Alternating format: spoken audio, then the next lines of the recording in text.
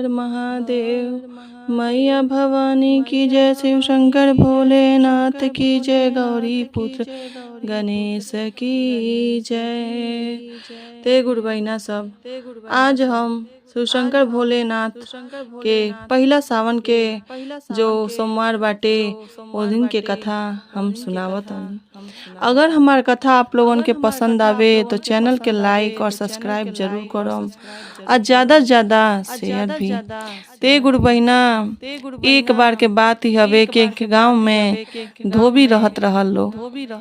धोबी और धोबिन दोनों जने पति पत्नी रहल लोग। दोनों जने अपन कपड़ा फींच के गांव भर के अपन खर्चा वर्चा चलावे लोग। अपने घर के जो भोजन वोजन जैसे खाना वाना बनावे के जो रहे वही पैसा से कपावे लोग।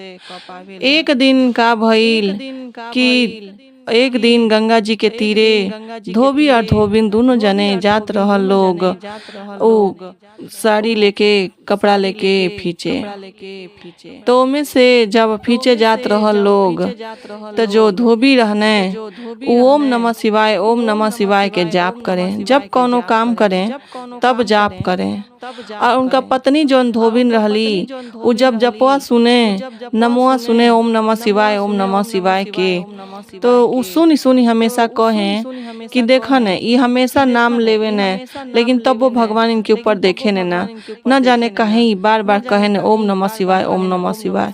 आ इनकर ओम नमः शिवाय कबो अइबे नहीं कहीं ने इनके ऊपर दया करे। यही तरह से कहत रहली। आ ओही कहत के समय ओही जगह से भोले बाबा और पार्वती मैया दोनों जने जात रहल लोग।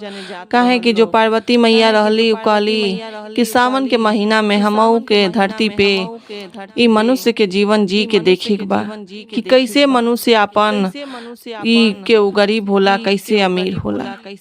अब इहे सोच के बात भइल कि चला एक बार घूम आवल जा। अब पार्वती मैया और भोलेनाथ ओही रास्तवा से गुजरत रहल लोग, जात रहल लोग।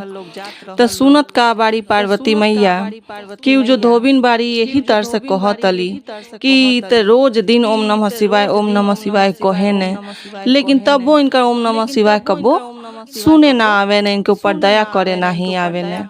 अब एकरे बाद से पार्वती मैया सुनली और भोलेनाथ से कहत का बारी कि ये स्वामी देखी कैसे ई मेहरारू आपके जो इनका पति बाने नाम लेता ने कैसे देखी कि बेइज्जती करत अली। देखी कैसे कहत अली कि ओम नमः शिवाय कहे ने, लेकिन इनका ओम नमः शिवाय कबो देखे नहीं आवे ने। अब का भइल बाटे ओकरे बाद से कि पार्वती मैया आगे चलत अली। अब भोले बाबा कहत का बाने कि चल ई त धरती हवे, मनुष्य के जीवन इहे है।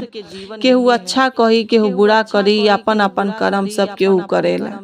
केहू के जितना ज्ञान बाटे वो उतने करी। अब पार्वती मैया के समझा के भोले बाबा आगे ले जात रहने, चलत जात बाने। ओकरे बाद से पार्वती मैया फिर एक गरीब के घरे देखली, कहली कि अब बताई इहो आदमिया गरीब बाने, अब बताई कि आप कैसे एक जने के अमीर क देतनी एक जने के गरीब क देतनी। आगे कुछ दूर गइल बारी तो महल देखत अली, तो हम सुनत अली ओम नमः शिवाय। तू वहाँ पूछली कि ये महाराज ई कवन आप लीला आप रचले बानी कि आपके लीला से ओम नमः शिवाय धोबी कहीं तो गरीब बाने, आ ओम नमः शिवाय उहो एक जने ग्वाला कैले रहने उहो गरीब बाने, और ई कवन कर्म कईने कि इनकर इतना महल बन गइल बाटे ओम नमः शिवाय कहला से। एमे देखा तनी कि 24 घंटा में एक बार के ओम नमः शिवाय कहता और वहाँ ते दिन भर बेचारा कहे न। तो पार्वती मैया से भोले बाबा कहतनी कि अरे तू तो मेहरारू जाति एकदम जन कहल जाला कि तू एकदम मिथिये हो कि एक बाती के 100 बाती तू करत लू। अब वो समझ में आवत रहल भोले बाबा कि हम कैसे समझाई, लेकिन यहाँ पार्वती मैया के समझ में ना आवत रहल कुछ। अब ओकरे बाद से धोबी और धोबिन का कैले वालों कपड़ा फींचले वालों फींच के गइल वालों घरे, और जेकर जहाँ जहाँ कपड़ा रहल दे देले बालो। देहले के बाद से का भइल बा फिर अपन रोज दिन के उ काम करता लो। फिर एक दिन पार्वती मैया कहतली कि ना आज हम वो धोबिन के घरे जाए, देखी उ धोबी का करे ने, कैसे नाम लेवे ने। अब ओमे भोले बाबा कहतने कि ठीक बा, चलल जा, देख लेवल जा, परीक्षा ले लेवल जा कि भाई कौना तरह से पूजा पाठ करे ने, कौना तरह से उनका मन में बाटे जब तब।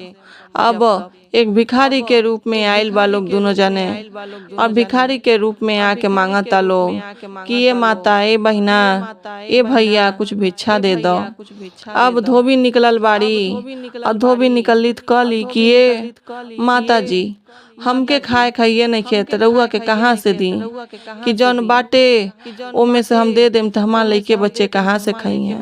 तो धोबी का सुन ले बाने और आवत न दौड़त त कहत न कि ना ए धोबी, जौन बाटे वही में से दे दो, लइके बच्चे जौन बाटे वही में से खा लिए, तू वही में से थोड़ा सा दे दो कि हमन को वही में अपन एडजस्ट कर लेवल जाई, हमन के खा लेवल जाई। अब ओकरे बाद से उ कहतली कि ठीक बा, जैसन कही। अब उ धोबी के बेचारा अपने आदमी के बात सुन के गईली, थोड़ा सा ले आईली, दे दे हली, दया क दे हली, दे दे हली। अब एमे पार्वती मैया खुश हो गई बाड़ी कि देख धोबी के मन कितना बढ़न बा, दिल कितना बढ़न बा कि हमके इतनी सुख में से इतना लाके दे दे हली है अपने परिवार के लिए, कितना उनका अपने पति के कहला पे। और वहाँ फिर कहली कि चल ठीक वही हमार मिलल बा। फिर वो महल में गइल बाड़ी, तू वो मांगतली कि हे माता, थोड़ा भिक्षा दे दी, खाए पिए के दे दी, हमारे बाल बच्चे भूखा बाने। पार्वती मैया अपने भेष में, भिखारी के भेष में गइल बाड़ी, तू वहाँ जे रानी रहतली ओ महल के, तो कहतली कि ना हमरे घर में ते को ना जो नहीं खे, महलवा देखिए भर देता, यहाँ कुछ खाए के ना मिलेला। अब तनिको सा जौन कहल जाला दोनों पति पत्नी राजा रानी नइखे देले लोग, भुला गइल बा लोग कि हम जौन मतलब कह के हम इतना बढ़न भइनी उहे आज हम भुला गइनी। अब जानी गुड़बैना सब कि का भइल बाटे कि आगे कि अब एकरे बाद से उ माता पार्वती भिक्षा लेके अपने पति के लगे गइल बाड़ी, भोले बाबा के लगे। तो कहतली कि देखी हऊ उतना बढ़न महल में रहता लोग, तो एक दाना ना देवल हवे लोग, और हई एगो गरीबे के घरे एक झोपड़ी में भी जहाँ रहे के शरण नइखे अच्छा से, उनके घरे गईनी है, थई एक मुट्ठी चावल पा गईनी है। बताई के बढ़न बाटे, केकरे किस्मत में का बाटे। तो भोले बाबा अबो समझावत ने कि देखो जेकरे जो किस्मत में बाटे उहे मिलल बा। अब ओकरे बाद से पार्वती मैया फिर कहतली कि देखी हमके उलझाई मत, सीधे सीधे बताई। तो पार्वती मैया कहतली इतना बात, तो भोले बाबा कहतनी कि देखा पार्वती, तू समझ ना पावतलू, अब देखिए हम जाई और देखिए हम वो गरीबे के जो धोबी बान उनके देम, लेकिन उ लीहे ना। अब भोले बाबा आयल बाने अपने एगो भिखारी के भेष में, उहो मांगतने कि ये बाबू दे दो, ये बाबू कुछ दे दो। अब ओकरे बाद से फिर उ निकलल बाड़ी धोबिन, तो कहतली कि हइये जौन बाटे ले ली, और एकरे सिवा अब तक कुछ बा नाय कि हम इतना सा देतनी, अब हमरे घर में ऐसा कुछ बा नाय। तो भोले बाबा का कहतने भिखारी के रूप में बाना, तो कहतने कि देखो तू हमके हेतना देबू तो हम तो के हेतना देम। तो उ कहतली कि बक ई कौन मजाक करे के समय है, हम हेतनु सुख देम ते आप हमके, तू हमके हेतना दे देबो, आइल बार हमरे दुआरी पे मांगे और तू हमके हेतना दे के जइबो। अब ओकरे बाद से जो भोले बाबा बाने कहतन बार बार ये बतिया, तो कहतली कि देखो हई एक मुट्ठी चावल है, लो अज्जा। जैसे एक मुट्ठी चावल देले बाड़ी, वैसे ही भोले बाबा एगो सोने के सिक्का कहतने कि हईला तू हके देतनी।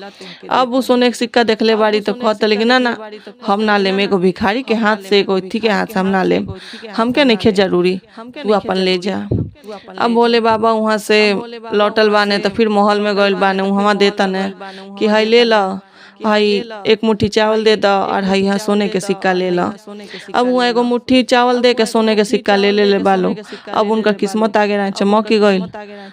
तब फिर भोले बाबा गइल बाने अपने पार्वती के लगे, तो पार्वती माता से फिर कहता न कि देखलू है हम वो गरीब के देहनी है लेकिन ना लेने हैं, हम अमीर के देहनी है तो ले लेने हैं। तो यही से कहनी भरेले पे भरेला और गरीबन के देखो देले पे तू केतना देबू न उली है सब नाय, काहे कि जो किस्मत में जौन उनका लिखल रही उहे होई। अब पार्वती मैया फिर से कहतली कि देखा नहीं हमके घुमा फिरा के बतिया कहे नहीं, हम समझ ना पावतनी। फिर से ओकरे बाद से का भइल बाटे कि जैसे धोबी या धोबिन अपन काम करे जाता लोग, फिर ओम नमः शिवाय ओम नमः शिवाय। ओ दिन धोबिन रहली खूब रिसिया गई, कहली कि देखो आज के बाद से नाम न लिया, तू आवेला जब कपड़ा फीच ओम नमः शिवाय करे ल आ देखा तू ऐसा काम कर कि ओम नमः शिवाय का नाम भर मत लिया, तुम्हार ओम नमः शिवाय हमार कुछ कैले नहीं बाने, हमन के जहाँ बानी तहे रह गई नी के। तो कहता ने अब ते ई धोबी जोन बाने उनका मन में बड़ा दुख भइल और मन से एकदम कहता ने कि अच्छा ठीक बा हमार ओम नमः शिवाय नहीं खा कैले कुछ तो तू आगे में देख ली हो। वही समय फिर पार्वती मैया और भोले बाबा फिर से अगला दिन उतरल बा लोग और धरती पे घूमता लोग। और जहाँ से लोग जौने नदी में कपड़ा फींचत रह लोग धोबी वहाँ से फिर जाता लोग, तब तक की बतिया सुन ले बाने जौन धोबी अब अपने मन से कहत रहने कि हे भोलेनाथ हमार जन मेहरारू वाली धोबी आपके हमेशा मतलब उ त्यागे करेली, हमेशा आपके उल्टा सीधा बोलेली, ऐसा कुछ दिखावती चमत्कार कि जैसे वो एकदम समझ जैती कि धरती पे भगवान बाने और हमार ओम नमः शिवाय बहुत कुछ कर सके न। अब भोले बाबा ज्यों सुनले बाने त्यों कहले बाने तथास्तु। अब का मांगले रहने धोबी कि हमार मेहरारू जब हमके कहे कि तू ओम नमः शिवाय कहेला तैसे ही जैसे कहे वैसे ही उ का बन जा सुअर। अब जैसे ही कहले बाने अब भगवान से विनती कैले बाने वैसे ही सुअर बन गइल बाली। और जब सुअर बन गइल बाली तो जनते बारा लोग अब कि उ जानवर के रूप में उनके दिखाई दे देने कि भाई भोले बाबा पार्वती मैया बा लोग पृथ्वी पे धरती पे। अब कैसे उ बोले अब कैसे कहें कि हमके दिखाई देता न। अब उनके धोबिन के समझे में ना आवे कि हम कैसे कहीं। अब पीछे पीछे लगली उ भोलेनाथ और पार्वती मैया के पीछे पीछे घूमे, चारों ओर घूमे, उनके पीछे पीछे घूमे कि भाई अब हम समझ गए बानी लेकिन कहे तो कहे कैसे। खूब घूमली आवे फिर अपने घरे रहे धोबिन अपने धोबी के लगे। फिर जैसे धोबी के लगे रहे घरे रहे तो धोबी अपन खाना उना दे दे और फिर ओकरे बाद से कहे कि देखो तू सुअर जाती हो तो के ना कुछ आता समझ में तो जा तू रोडे पे जा घूमी आई हो, जा तू खेते में घूमी आई हो, तू जा तुहार चारा मिल जाई खाए के। अब ओकरे बाद से घूम के आवे लेकिन उ कैसे खा भाई मनुष्य रहल उनके सब ज्ञान रहल लेकिन सुअर हो गई रहली तू कैसे का चारा खा घास खा। अब हथवा जोड़ी जोड़ी बार बार कहे लेकिन उनके समझ में ना आवे धोबी के कि हम कैसे कहें। तो बार बार ओम नमः शिवाय जब कहें धोबी तो धोबिन कहे कि अब हम कैसे का कहें कि हम सही हो जाएं। अब ये ओम नमः शिवाय कहें तो इनके संतुष्टि रहे लेकिन अब ओम नमः शिवाय नहीं कहें। तो एक दिन वैसे ही देखा दिन बीतत गईल। तो एक दिन सोचली कि चलो जैसे ही कहिए ओम नमः शिवाय वही समैया वही वक्तवा हमऊ को हम ओम नमः शिवाय। अब जैसे धोबी या धोबिन मतलब वो सुअर जैसे घाट पे गइल बा लोग आ घाट पे जाके कपड़ा धोवता लोग और तो सुअर रहली खड़ा रहली या धोबी जन रहने उनकर संती जन कपड़ा ले रहने धोए के पीछे फाचे के तो धोवत रहने। और जैसे धोवता ने आ धोए के शुरू कैले बाने तैसे कहता ने कहे जात रहने कि ओम नमः शिवाय। जैसे ओम नमः शिवाय कहे जाता ने आ बार बार दो चार बार रटने तो वही तरह जो सुअर रहली वो कहतली ओम नमः शिवाय ओम नमः शिवाय ओम नमः शिवाय। अब वही समय फिर से दोनों जने पार्वती मैया भोलेनाथ उतरल बा लोग चारों ओर घूमत रहल लोग तो वो लोग देखले बा लोग सुनले बा लोग वो सुअर के पुकार कि ओम नमः शिवाय इस सुअर कहतरी। अब जैसे ओम नमः शिवाय कहतली अपने अपने रूप में आ गईली धोबिन के। अब धोबिन अपने मनुष्य के रूप में आ गइल बाड़ी और मूड़ी पटक के लगल बाड़ी अपने पति के विनती करे कि देखी हम सब जान गईनी आपके ओम नमः शिवाय में बहुत ज्ञान बाटे, इतना ज्ञान बाटे, इतना इथी बाटे कि आपके ओम नमः शिवाय बहुत कुछ कर सकेनी। उहे हमके जीवन देले बानी, उहे हमके मृत्यु दे सकेनी। भोजन पानी खाना जितना इथी बाटे धरती पे सब कुछ हुए देवे वाला है। ते गुरुबैना अगर हमार कथा के आप लोगन के समझ में आइल होखे और ज्ञान मिलल होखे कि ओम नमः शिवाय में कितना ताकत बाटे, तो आप हमरे चैनल के लाइक और सब्सक्राइब जरूर करो और ज्यादा से ज्यादा शेयर भी और कमेंट बॉक्स में हर हर महादेव जरूर लिखम, धोबिन धोबी के लिए भी और हमरा लिए भी। तो बोली ओम नमः शिवाय, हर हर महादेव।